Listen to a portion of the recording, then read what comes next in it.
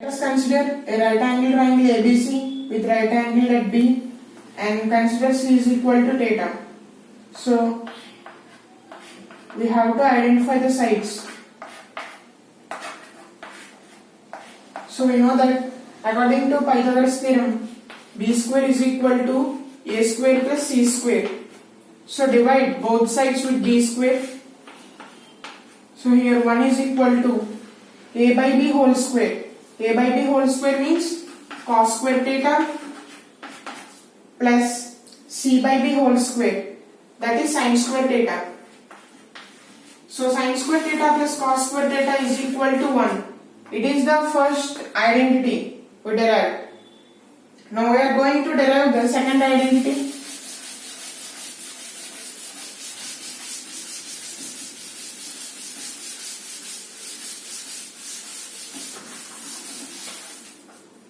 So sin square theta plus cos square theta is equal to 1. Now sin square theta is equal to 1 minus cos square theta. Divide both sides with sin square theta.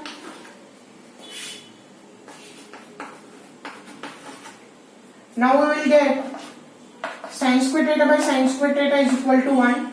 1 is equal to 1 by sin square theta cosecant square theta minus cos square theta by sin square theta cot square theta. So cosecant square theta minus cot square theta is equal to 1. It is the second identity.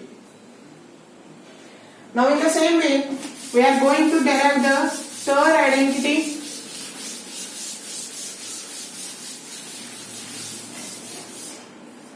We know that cos square theta is equal to 1 minus sin square theta.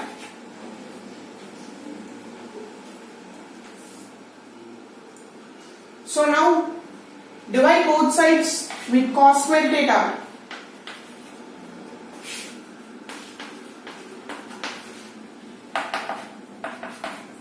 So 1 is equal to 1 by cos square theta means secant square theta minus sin square theta by cos square theta tan square theta. So secant square theta minus tan square theta is equal to 1. It is the third identity. So finally, coming to the conclusion, in trigonometry we have three trigonometric identities.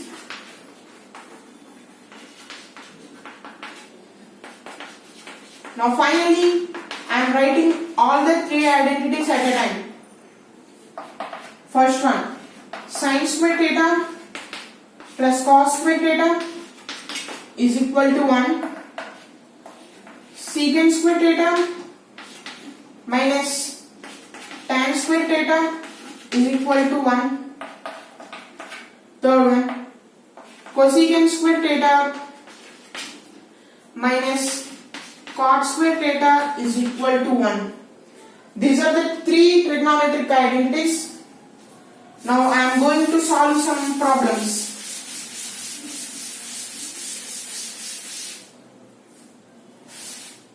In this first problem, if sin theta is equal to 4 by 5, then find the value of cos theta. You could do it in two ways. This is the first way.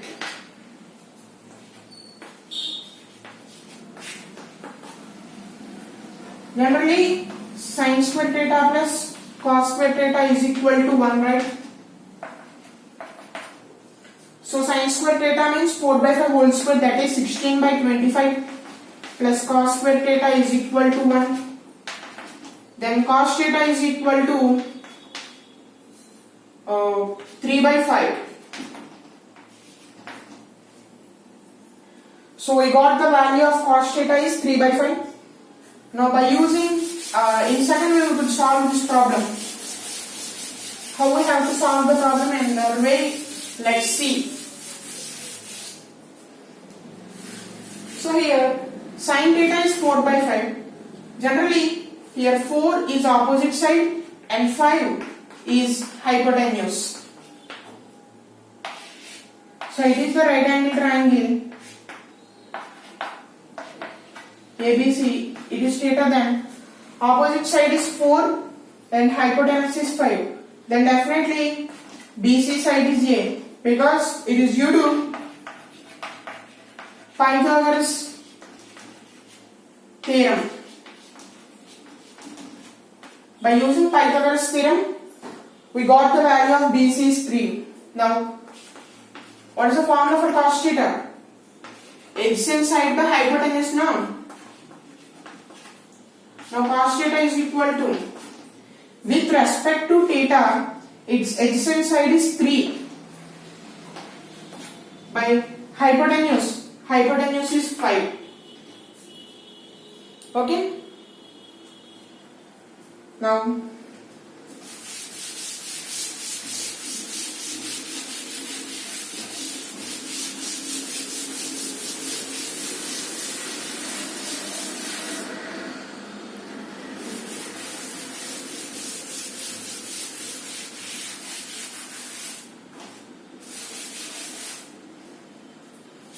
so here, now I am going to fill about quadrants.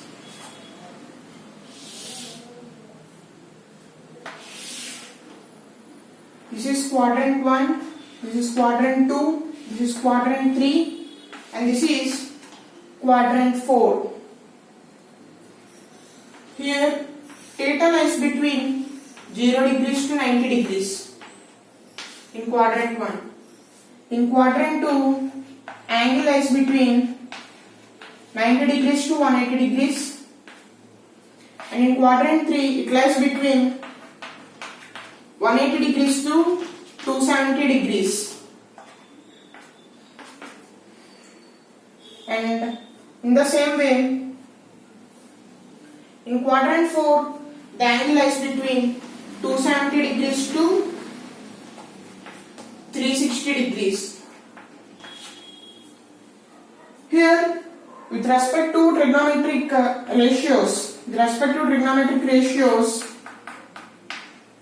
here all are positive. That means sin theta, cos theta, tan theta, secant theta, cot theta, cosecant theta. These all are positive in quadrant 1. Whereas in quadrant 2, only sin theta and cosecant theta are positive. And in quadrant 3, tan theta and its reciprocal cot theta are positive. Whereas in quadrant 4, cos theta and secant theta are positive. So to remember like this: all silver tea cups. All silver tea cups. Here all are positive. In silver, yes, that means sin theta and its reciprocal are positive. In tea, the letter T implies that tan theta and its reciprocal are positive. And in cups, the letter C represents that cos theta and secant theta are positive. Okay. So now how these are useful? Let's see.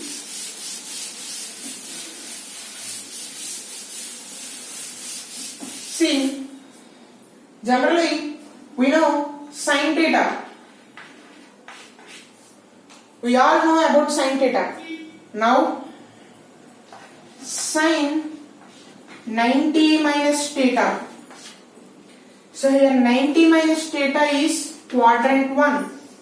In quadrant 1 all are positive, whereas here in 90, 9 is odd. So sin converts into cos. So cos theta. And next, sin 180 minus theta. Here 180 minus theta implies quadrant 2. But in 180, 18 is even. So sin remains sin. So sin theta. Now sin 270 minus theta. Here 270 represents quadrant 3. But 27 is odd number. So sine converts into cos. Cos 270 minus theta. All silver teacups. Here tan is positive, but sine is negative. So minus cos theta. Sine 270 minus theta is equal to minus cos theta. Now coming to cos theta.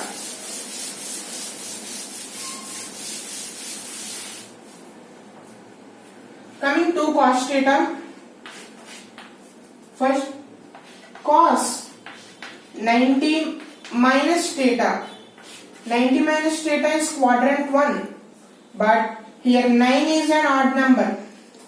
So cos converts into sine theta. Here in all silver teacups in quadrant 1 all are positive. So sine is positive. Now cos 180 minus theta. It is quadrant 2. Cos 180 minus theta is cos theta, of course, because 18 is an even. But here in quadrant 2 cos is negative, minus cos theta. And cos 270 minus theta, here this is quadrant 3, that is equal to cos converts into sine theta. 270 minus theta means quadrant 3. All silver teacups. Here tan is negative, tan is positive, but cos is negative in quadrant 3. So negative, minus sine theta. And at last, cos 360 minus theta is equal to, in 360 30 is even. So cos remains cos theta. This is quadrant 4. In quadrant 4, all silver teacups, that means see cos theta is positive. So plus cos theta. Like this we can solve any type of problems. We can find any type of problems, like if they are given theta or 90 minus theta, 270 minus theta, 360 minus theta, anything we could solve by using this pattern. So by using quadrants. So please remember this. Thank you.